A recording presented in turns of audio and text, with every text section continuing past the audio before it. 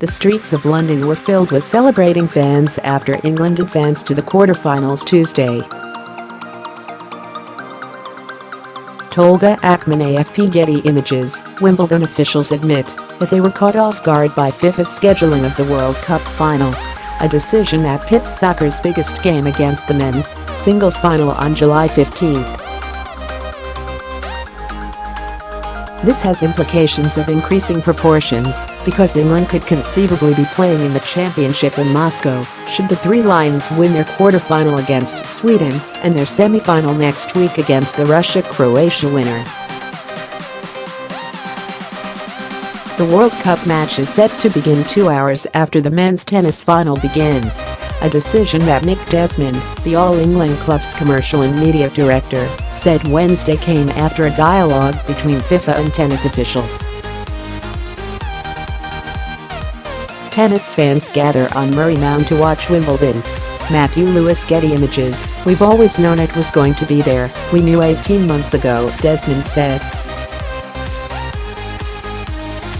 But I think it's slightly surprising that FIFA have the kickoff at 4:11 a.m. Eastern. It's not something they've done in the past, but that's their decision, he said.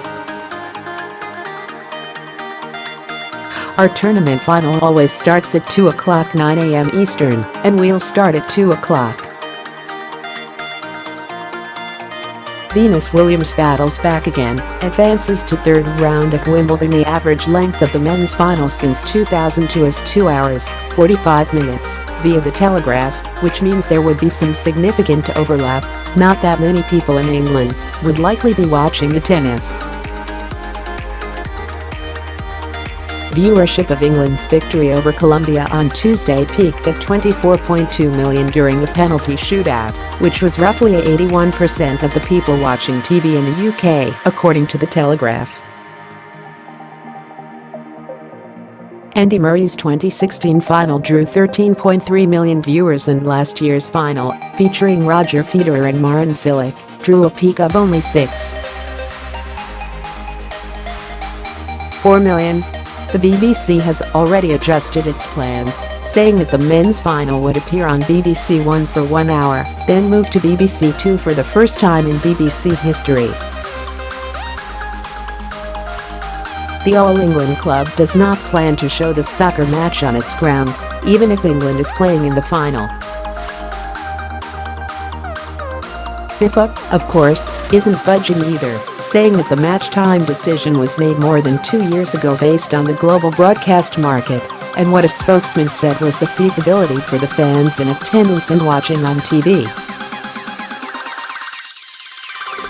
I understand now people are waking up to the conflict, the spokesman told the Telegraph, but the decision was already made. Read more from the Post. The World Cup final will include one of these teams: England, Croatia, Sweden, Russia. Really? How foreign-born players put the world in World Cup quarterfinals bracket and schedule.